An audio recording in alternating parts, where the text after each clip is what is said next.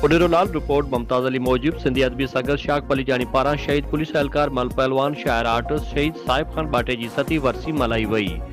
उन मौके ते शहीद एहलकार के मज़ार ते चादर चाढ़े दुआ पुन घुरी वई, जंहिंजी सदारत जलाल आदीन बाटे कई जॾहिं त मेहमान खास अब्दुल करीम बलोच एज़ाज़ मेहमान सईद मुमताज अली शाह हुआ। उन मौके ते जलालुद्दीन बाटे शायर उदास सोलंकी मुमताज अली शाह सोरा बाटे हाजी गुलाम हैदर खासकली बिन खिताब कंदे चयो आहे त शहीद साहिब खान बाटे शायर मल पहलवान ऐं बहितरीन कंपेयर हो। 2014 में हैदराबाद कदमगाह ते नस्ल परस्त दहशतगर्दनि जे हमले में शहीद थी वियो हो। अफ़सोस त हुकूमत कंहिं बि साह न लधी आहे, न ई संदसि पुट खे नौकरी मिली सघी आहे।